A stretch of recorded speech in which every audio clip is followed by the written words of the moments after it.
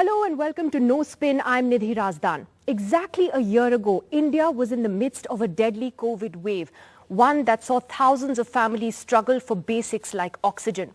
Vaccinations had only just started back then, and a year later, things are vastly different, thank goodness. More people are vaccinated today. The subsequent Omicron wave was not as deadly, but we are not out of the woods yet. The Serum Institute of India, led by its CEO Adar Poonawalla, has been the backbone of India's vaccination program with its Covishield vaccine. Most of us in this country have been vaccinated with Covishield, which in fact is being used in more than 70 countries around the world. And now the booster drive has started, which has become critical as we see another uptick in COVID cases. Joining us exclusively on NDTV today is Mr. Adar Poonawalla. Mr. Poonawalla, great to have you on the show. Thanks very much for joining us. Let me just ask you, obviously we've come a long way from the horrible Delta wave of last year. We're seeing a slight uptick in cases. But are you a little worried that a lot of people think it's over and we're becoming a bit complacent? Well, that's always the risk coming out of a crisis, that you don't want to become too complacent too quickly.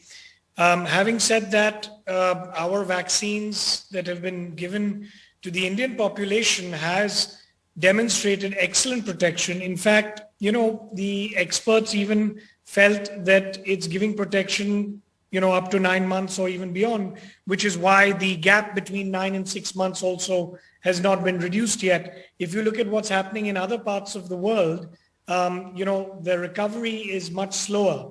That's partly due to the choices of vaccines that those countries, made or had to make in the crisis, and we're seeing that result even today.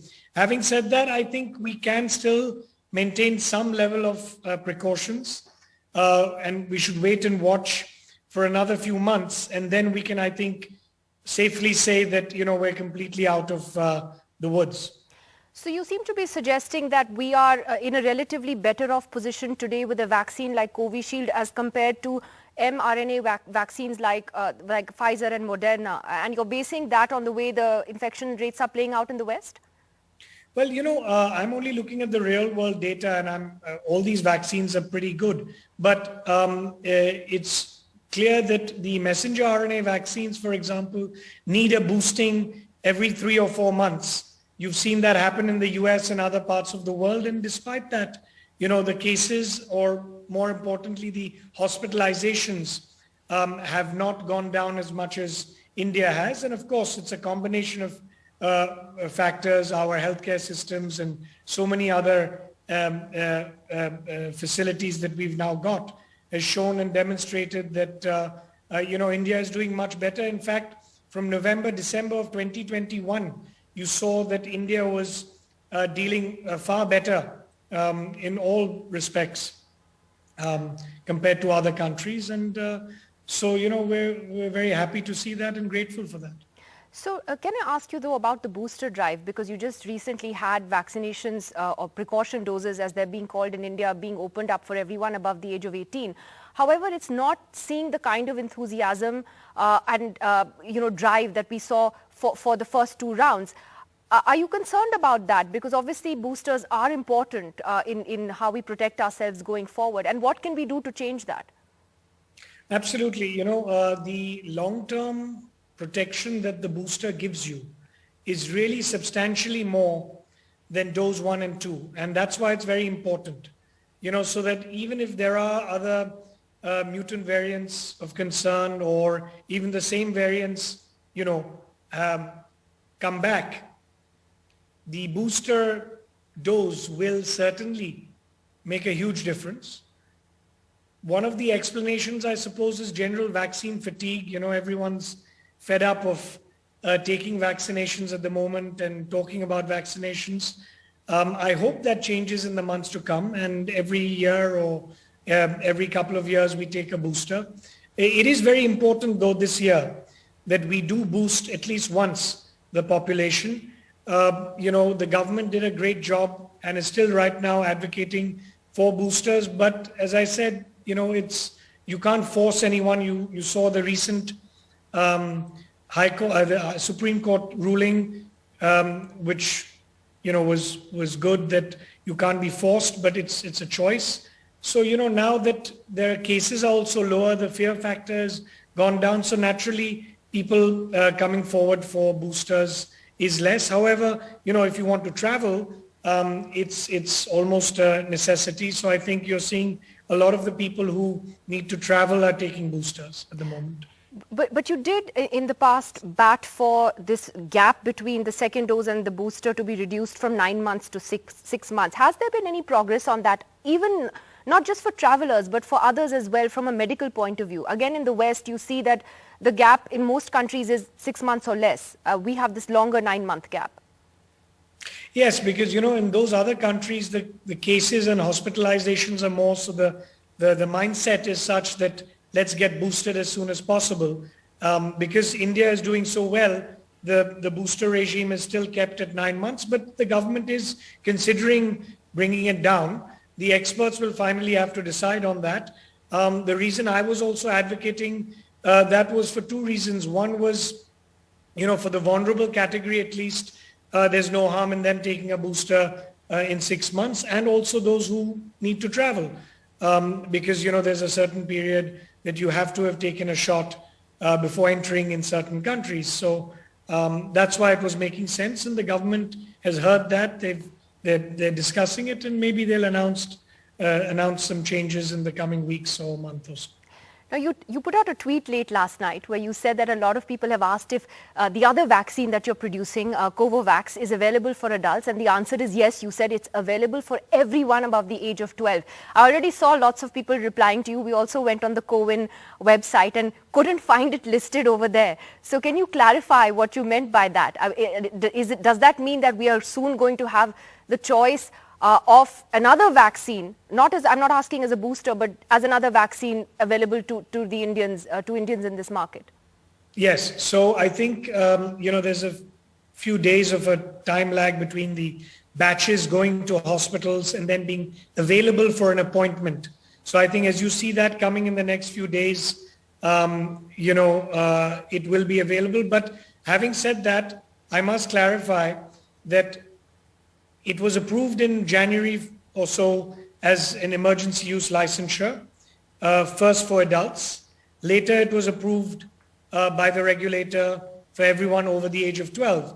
So when I say it's available and approved, until it is actually available on the CoWIN app, which is what the Ministry of Health and the government has to decide and do, it may not physically be available to take for citizens as a, adult vaccine, which is a bit peculiar because the question arises, if it's available, from the age of 12 to 18, why can't a 19-year-old take it? But if you look at it the other way, most people have taken dose 1 and 2. Kovovax is yet not approved as a booster. What I meant is that it's approved by the regulator for dose 1 and 2. There are some technical issues on CoWIN which will allow eventually, for people to take dose 1 and 2, but I don't think anyone should be, wanting it or needing it because they must have already taken Covaxin or Covishield as dose 1 and 2 if you're over the age of 18. So I think it's a very small percentage of people that have not been vaccinated who could be vaccinated with dose 1 and 2 with Covovax, But in can the I coming ask you, do you think it should be allowed? This whole debate over mixing and matching of vaccines, it's been going on for some time. Again, in the West, you see that it's something that, medical experts have encouraged. Here, we're doing the opposite. And in fact, a number of doctors who I spoke to were thrilled when Covovax was approved and given that authorization because they said that will be a great mix and match with Covishield. Is that something that you're pitching for as well, that it should be allowed? Yeah, there have been enough studies going on also, and the experts have to decide whether it's okay and safe. I think that if, you've got an EUL and you do some comparison trials, that should be allowed. So the data on that will come out very soon. There are some studies going on. That will certainly make life easier, giving the choice to the doctor or the individual to choose what product they want. But don't forget, during a pandemic, all these vaccines were given emergency use licensure. A lot of things were fast-tracked in the sense that in the normal sense, you would do a trial and then you generally don't mix vaccines. Right now, because there's so many options available for COVID vaccines, naturally, some people have a preference based on what they've read or what they want to take. So we need to address that in a scientific manner, and the experts have to look at the data and then decide whether it's okay to mix some of these vaccines, as a booster or whatever. But based on the data that you have, is it better actually for us to be, let's say, taking a Kovovax booster if we've had Covishield in round 1 and 2? Well, it wouldn't be appropriate for me to comment yet on that because the data is ongoing. But wherever you've seen, even overseas, where you've been boosted with Kovovax or have taken Kovovax, it's given excellent results.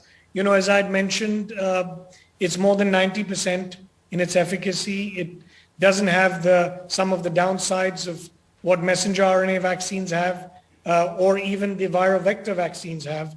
It's a subunit protein, so it's very safe. It took a little longer time to develop, but this is what, when you progress as time goes on in science, you develop safer and better vaccines and drugs than what you have, earlier on. And I know everyone's anxious to get the best and the latest, but they may have to wait a little bit longer. But you do hope that mixing and matching will eventually be allowed? Yeah, I don't see anything wrong with that, provided we have a clear-cut medical recommendation from the experts after they look at the data. Because, it's important. Let's say, for example, you mix some of the vaccines and there's a reaction. And you take a booster, so 6 months afterwards. But it could be argued that, did this cause it or did that cause it? So we need to get clarity on that. So that if there is a reaction or an issue, the right type of investigation can happen. And for that, we need more data to see how certain vaccines act with one another in a controlled trial space. And that's why we're waiting for the experts to look at that and then decide. I don't think the wait will be much longer. But don't forget, the traditional vaccine stockpile of Covishield, Covaxin, it's still there with the government.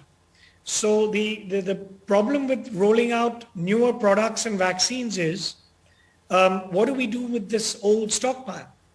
That's where sometimes these decisions can get delayed to launch additional products, because what do we do with the old stock, which has already been paid for, which is already with the states? We don't want to produce more and then waste more. So we have to balance all that as well. Right. So I wanted to ask you about that, because you had announced a few months ago that you were in fact cutting down production of Covishield as well, for exactly this reason, that you had a lot of vials lying around that were going to go waste. So where are we on that, and why is that happening? Is that affecting our ability to vaccinate, or at least doubly vaccinate more of our own people? No, there's no effect on the vaccination uptake. That's just down to, convincing people to either get their second dose or get their boosters. I shut down production in December because, at our peak, we were producing more than 250 million doses a month. And when I realized in November, we were able to export and offer vaccines to the African continent and other parts of the world, we saw the demand sort of saturating. And in light of not having any additional orders in India and looking at, how well we're doing in vaccinating everyone in India, I took a call to shut down production at the end of December, because we already had a stockpile by then of 200 million doses, a little bit over that.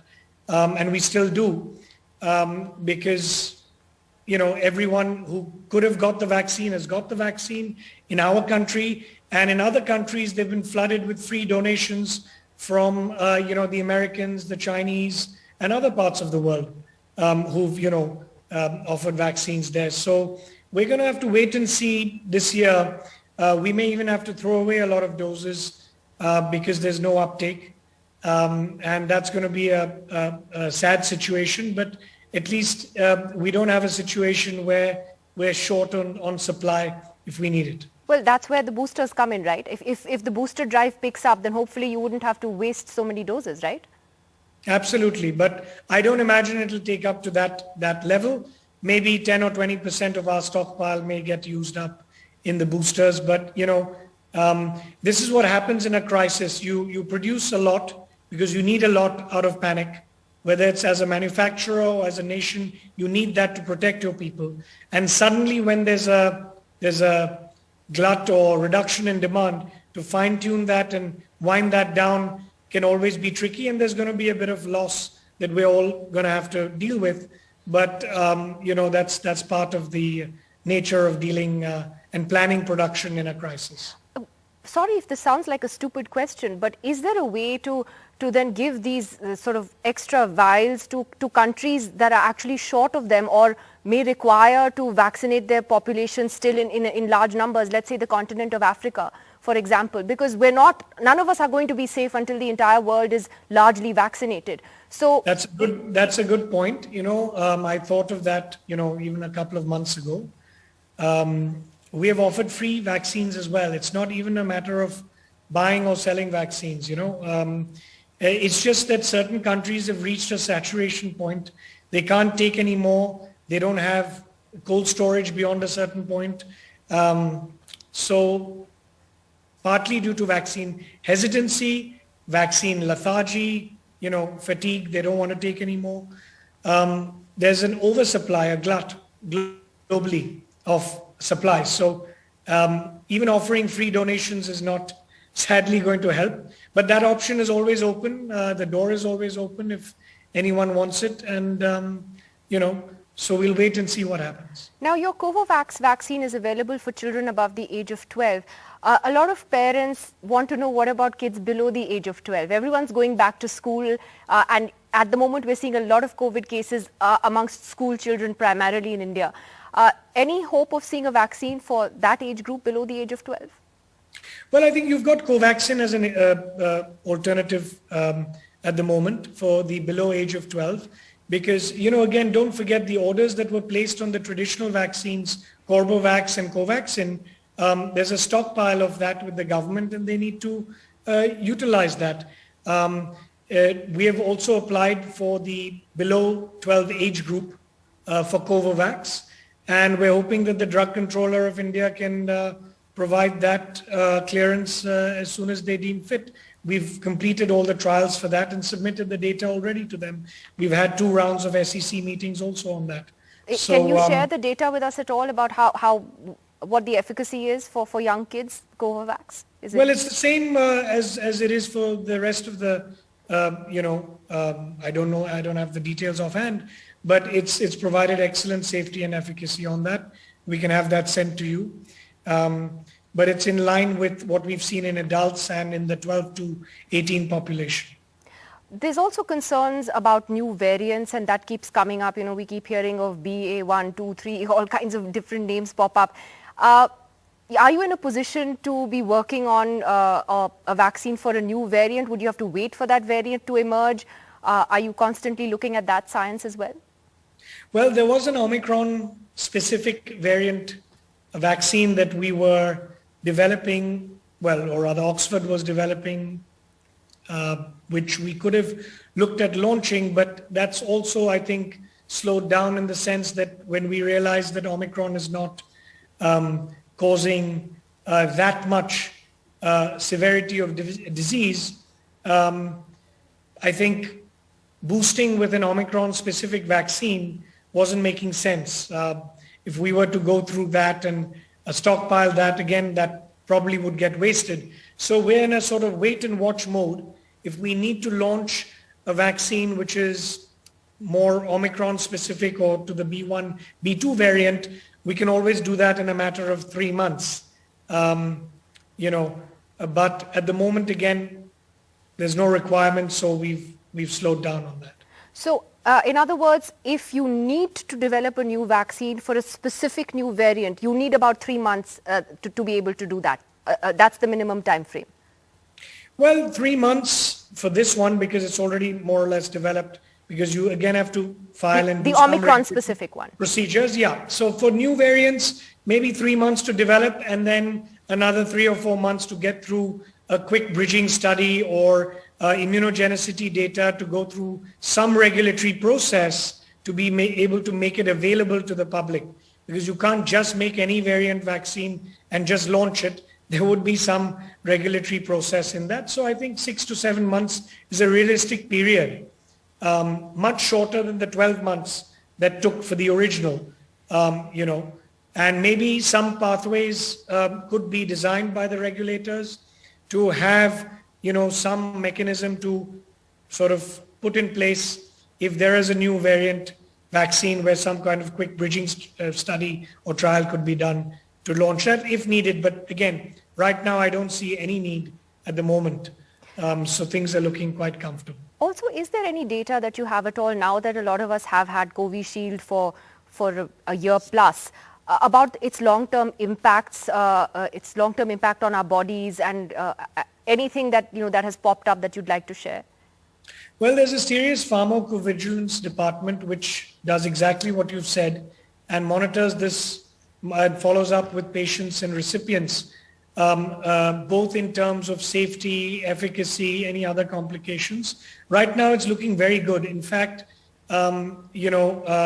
we've administered 1.5 billion doses so far, both in India and in other countries. And if we look at the overall reactions and data, it's 0.000, 2% or something like that in terms of any severe issues. So we're very happy with it. In fact, the safety profile has proven even better than some of the traditional vaccines. So nothing really alarming or interesting, except that, yes, we are getting a good and seeing a good T-cell response, which proves that you've got the long-term ability to produce antibodies and offer some protection. I don't know exactly how long that's going to last for. We'll continue the follow-up and release data every year as it comes about, but it's all looking quite good. How do you deal with vaccine skeptics, if I could ask you? You must be meeting a lot of those, the naysayers, the deniers, those who look at you and say, you want us to take vaccines and boosters because you'll make money from it. How do you answer them? Well, vaccines have clearly always proven themselves to be the most cost-effective interventions, health interventions a country can, have or a program can have, because the cost of hospitalizations are so much higher than preventing something from happening in the first place. And, today, if you look at the anti-vaxxers and others, a lot of them have converted and taken vaccines themselves. And I know of some personally, because I think sometimes you need to look at something to believe it. And when you look at your neighbor being protected and nothing happening to them from taking vaccines, you can change your mind.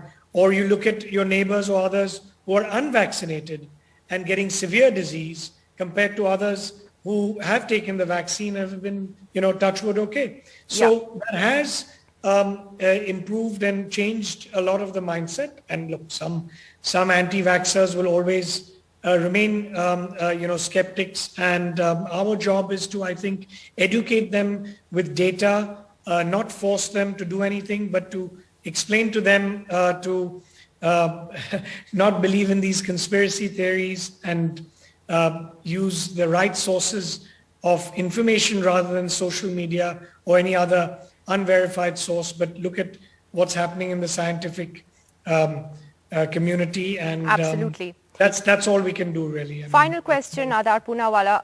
Are we better prepared for a future pandemic, you think?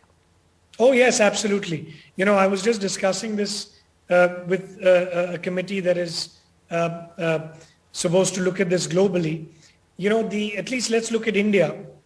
The health systems, our ability to detect, test, isolate, vaccinate, the treatments, all these counts, that we learned early on in the pandemic to scale up and manage, whether it's oxygen supply and so many other things.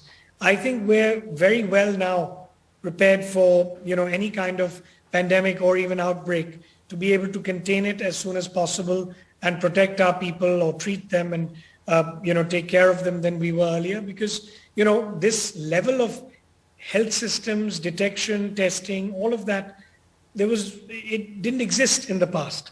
Now it's there and we know how to scale it up and hopefully keep it sustained in some way. And this is what I've been trying to talk to many other world leaders also, of how do we sustain capacity and all of this infrastructure so that in the future we don't have to rebuild it and start from scratch. I think if we can address that, then we will, for the next 5-10 years, be, much better prepared than we were, the globe was, even 2 years Well, ago. I think that's a silver lining in what have been very difficult times for the entire world. Thank you very much, Adar Poonawalla, and here is hoping that people don't get complacent and do go out and get their booster shot, because that is vital to protect us, to protect the immunocompromised, in particular those who are vulnerable, because COVID may be mild for a lot of us, but it won't be mild for them.